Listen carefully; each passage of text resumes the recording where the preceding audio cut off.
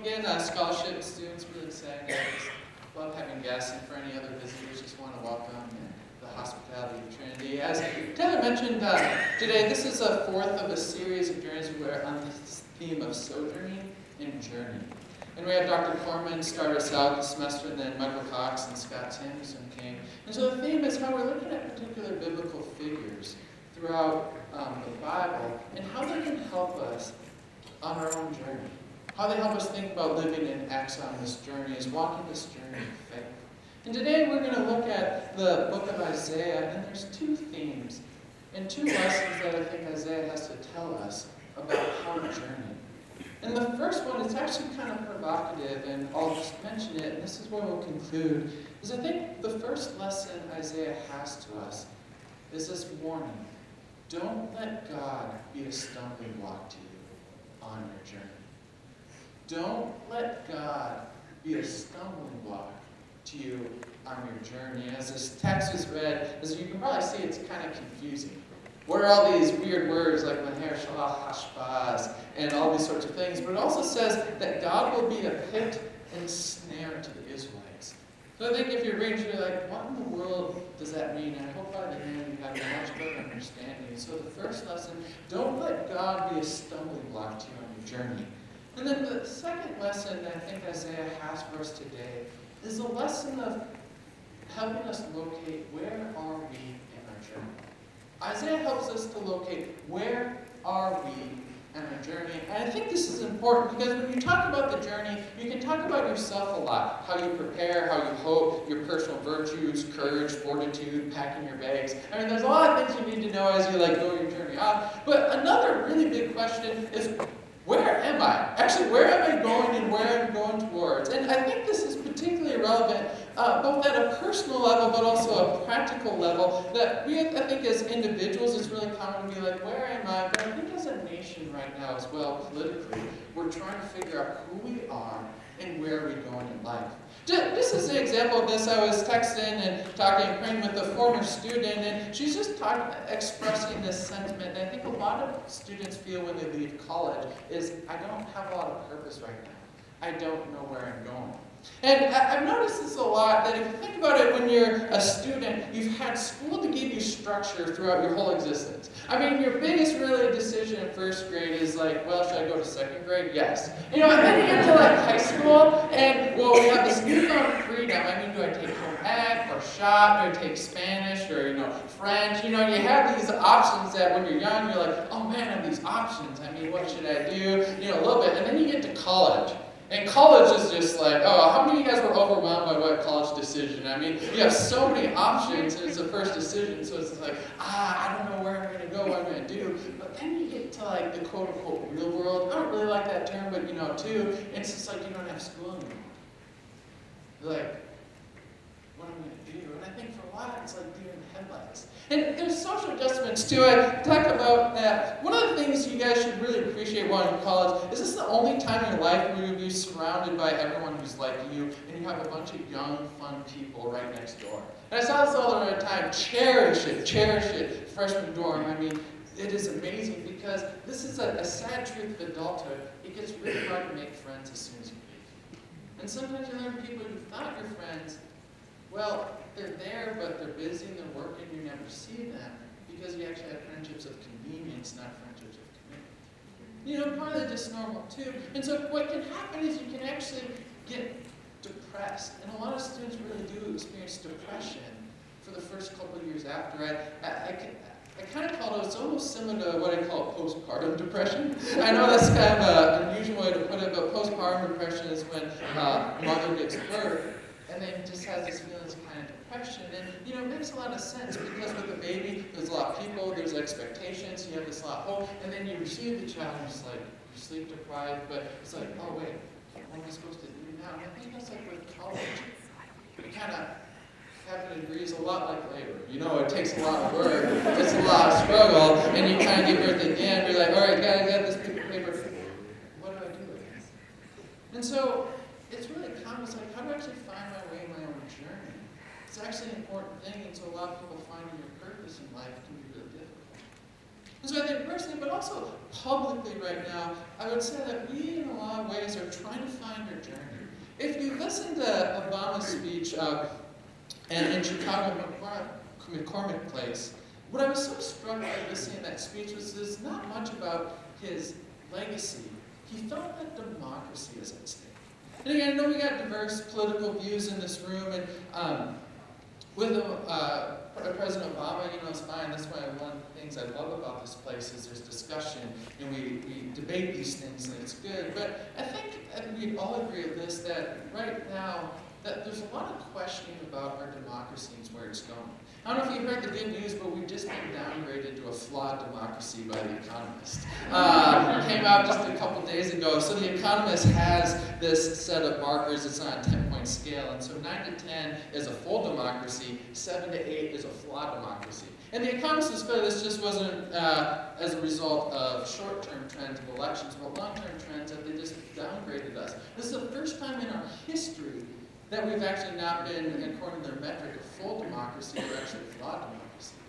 And so I saw in his speech, and it's just in the air, no matter what's on the political icon, we're trying to wrestle, where are we? Where are we? What are the values of American democracy? There's a lot of questioning about, if you will, the political institutions. Are they reliable? Are they safe? And that's one of the things The Economist said is, and they downgraded us, is because there's just a widespread lack of trust in our institutions. There's a widespread lack of trust in our institutions right now to be reliable and credible, and that goes for both sides of the political spectrum. Where are we politically?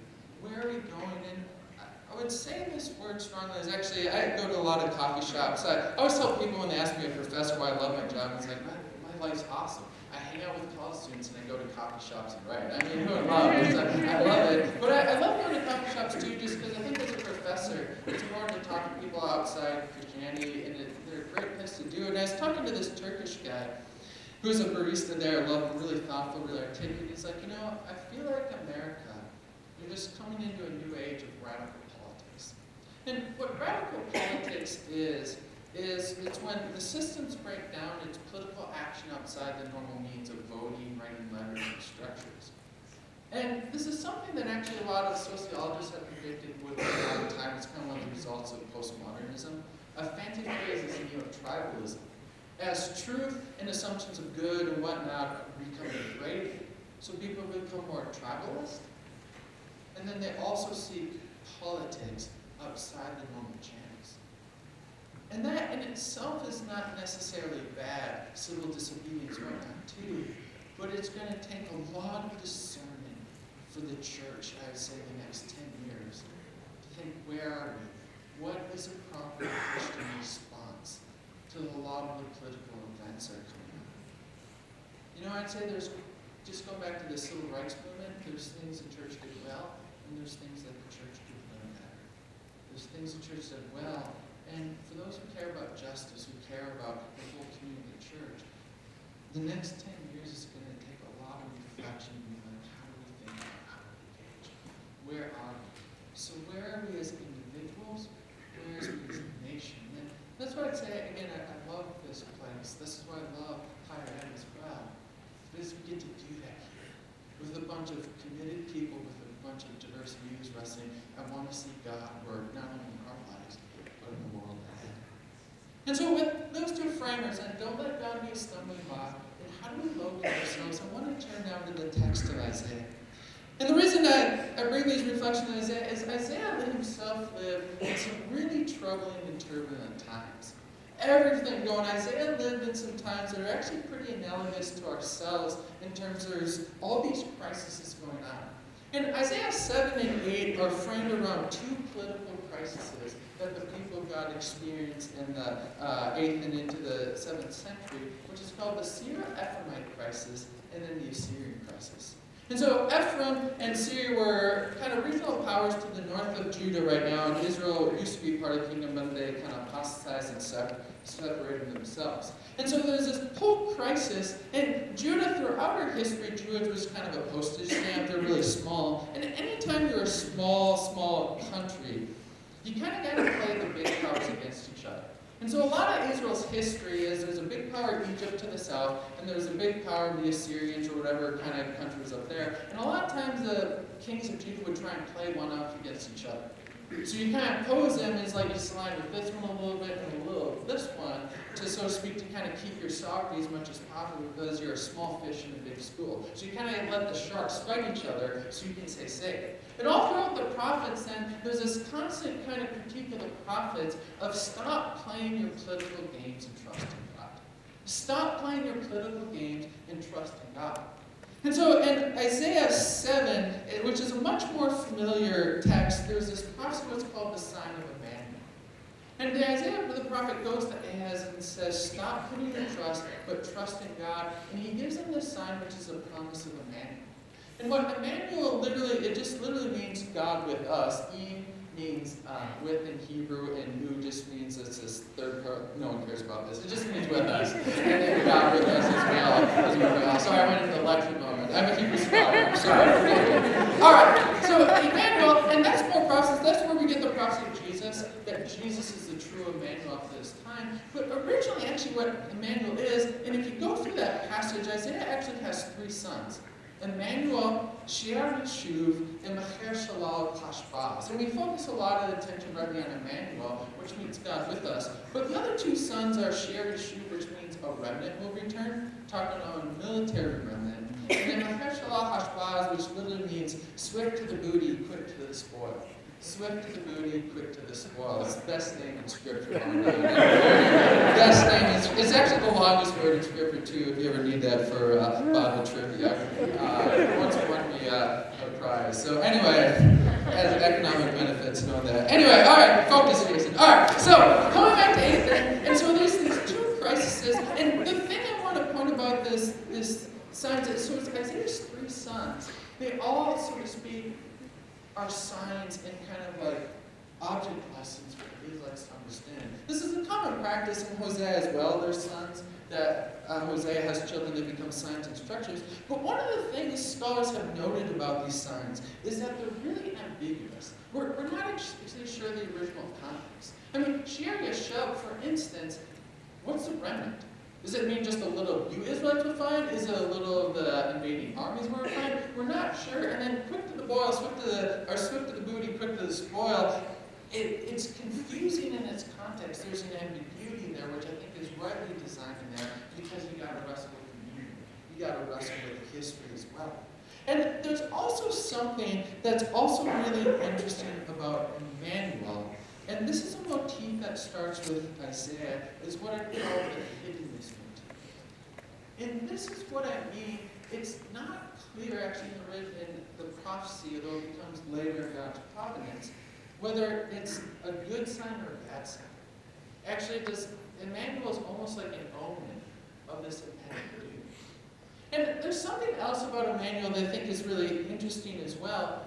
In order to say, actually, God is with us, you actually have to presume that there's a legitimate possibility that God might not be with us. And actually, this is a scholarly tip you can use in history. One of the things you notice, as soon as we're losing something, you have to define it. This is why, like Rousseau and a lot of the, Enlightenment guys started defining nature over time, because we're losing it. It's only with them, really, this robust concept of nature comes as the Industrial Revolution is about to kick off an understanding. We actually kind of lock down. And so what actually is really interesting about this text is that with the promise of God with us comes for the first time really in Scripture the legitimate problem that maybe God isn't with us. Maybe He is absent. And so if you have your Bibles, I want to show that as well with Isaiah right here in Isaiah 8. This is why I picked this part of this passage instead of the more familiar Emmanuel. So if you go to the end of Isaiah 8:14 of the section we read, this is what it says. He will be a sanctuary, but a stone that makes a person trip and a rock that makes them stumble. To the 2 houses of Israel, he will become a trap and a snare. Many will stumble over the stone and the rock and will fall and be seriously injured and will be ensnared. And then this is the concluding part to this whole section on Isaiah's children. Tie up the scroll as legal evidence. Seal the record of God's instruction and give it to my followers. I will wait patiently for the Lord who has rejected the family of Jacob. I will wait for him. He says, look, I and the sons. They were reminders and object lessons in Israel sent from the Lord of commands and armies. But I want to go to that. I will wait patiently. I will wait in hope. And a translation that I really love with that verse, I will wait in hope for the God who conceals himself. I will wait in hope for the God who's not hidden. And I want to talk about these themes. What does Isaiah mean here? I will wait in hope for the God who's hidden and for the God who's concealed. And in terms of the commentaries, if you read the commentaries, again, a lot of people don't know what to do with this passage.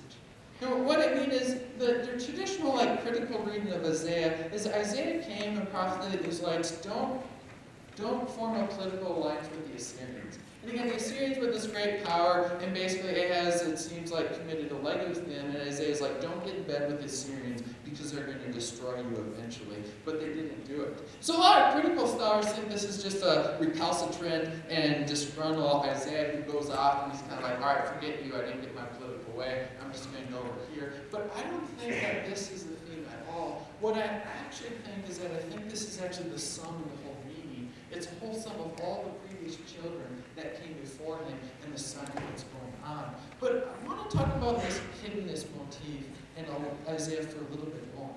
And this is what I mean. Isaiah begins this trajectory of trying to discern where God is in a new way. And I'll explain it succinctly in this way. In the earlier prophets, the real question is God greater than Baal? Who's a greater deity right here? But Isaiah introduces a shift in the history of Christian thought where he actually says, guess what? Assyria is like God's war hammer. And he uses this instrumental metaphor. Assyria is going to be my instrument to punish you for my sin. This is a significant change, and this is why. Because as soon as you say God is behind Assyria, no longer is the question as who's greater, Israel's God or Assyria's God. A new question opens up in the book of Isaiah, and this is why is God so harsh with us? Why is God using Assyria in this way? I'll just restate that because I know it's a complex thought. So again, no longer in Scripture than Isaiah realized is it God greater than these idols. It's how is God moving in history? How is God moving in history? And this is why, for most of the cultures around Israel, if you're a pagan, God's kind of obvious. Because God is just represented by the sun. He's represented by Baal, who's the storm god. He's represented by the rocks and stones. God's everywhere because he's in nature.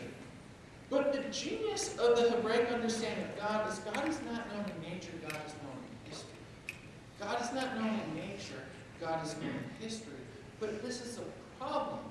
Because then the question is, how do I find where God is moving in history? When you worship the sun, your God's right there. Boom, easy. But how do you worship the God of history? How do you find where he's moving? How do you find what he's doing? Which is why at the end of the book of Isaiah, there's this thing called the communal lament. What the lament is really Israel saying, God, your will is arbitrary. I don't see where you're working. Why do you did this way? Because as soon as you say these armies that I'm bringing are my instruments, the obvious question is, well, God, why don't you use them the other way? You're too harsh and you're too arbitrary. And that's not a question if you worship nature gods that comes on. And so this is the question then, how do I find God in history? Where is God moving? How do I find him? The scholar Richard Elliott Freeman wrote down by moving the essence of the God's deity from nature to history, they allowed the God to recede, to become hidden. Where is God moving in history? How do I find him? And so what's interesting to me is that when Isaiah says, I will wait in hope for the God who conceals himself, you have a new understanding. My God's greater than I possibly could understand now. Because not only God is, he's God of the whole world, but where are you moving, God? Where are you moving? Where is your will in history? And one of the things you're going to see throughout the rest of Isaiah is God's expansion becomes. Isaiah is the start of what's called salvation history. That now in this much greater way, we see that God is God of the whole earth. God is God of the whole earth. He's God of history. But also then there's this question, how do we find God in do we locate ourselves in history? There's a verse in Isaiah 45 especially that I love, where Isaiah later cries out and he says, "Surely you are God who conceals himself, God of Israel, and God. Surely you are God who conceals himself, God of Israel." And then he says Moshiach, which means Savior. Surely you are God who conceals himself, you are Savior. All right, let's get a little personal and practical to give you an example of this. A lot of my dissertation work and scholarship, if you know me at all, I tend to not love just the Bible, but philosophy and these structures. And Nietzsche and some of these other philosophers, I don't wish many people to read them, but there's a profit to them and read them as well. In my own personal life, I've wrestled not with doubt per se, but trying to find where's the place of God in the world. And I think that's what a lot of us are wrestling on. Where's the new place for God in the world? And I was praying, and something our students do every spring is this conference called Set Apart. And what Set Apart is basically where it's a time of worship and prayer. And I was praying for God and I was wrestling with a lot of these issues. And probably one of the clearest moments where I really heard God speak to me is that I had this kind of epiphany and realization. The 20th century, if you think about it, is the greatest century in the whole history of the church. The gospel never extended to more people. More people came to know the name of Jesus than anyone did in any previous century before, that the gospel spread out. But why that was significant to me as I was praying, I was actually wrestling with this, like where I got and whatnot, is sometimes we think as moderns that God's been hidden. You know, we got our phones, we got our iPads, we got our structure. Where is God? How do I find God? And I think there's something actually really unique about the God, is that it's just honestly harder in some ways to find God as we got all these distractions, but also in history. And I think in America right now, I mean, there's this fear, I think, kind of in our structure right now. Where is God? We're losing God in America. We're losing God in structure. And what hit me about the inspiration as I was praying is that it makes so much sense. And I think if you think about your reflections, just kind of in the zeitgeist of America, we don't think about this as the greatest Christian century. We don't think about this as where revivals happen in Korea, around the world, in Africa. I mean, the gospel's extended all because we don't see God right here. And I think there's a really nice correlate there. We just don't think about that way, that God is moving in tremendous ways, but we don't see it, we don't think it, because he's not apparent like we think he should be. He's not apparent where we understand and structure there together. And I started to realize that our times are not that different than Isaiah. That's the nature of God. God is a God of history, but God often works in ways we don't see and don't recognize and understand. And so the first point then I'd say is that how does Isaiah help us to locate ourselves in our own journey? As I say, what is unique about Isaiah and what is so telling is that Isaiah was really the first of his peers to realize that God is moving in ways we do not expect. And this is what I think that he means then when he says, don't let God be a snare and a trap to you. Don't let God be a snare and trap you. And I think this is why the Israelites misunderstood the nature of their God on their journey. Some of the Israelites, they misunderstood the nature of God on their journey.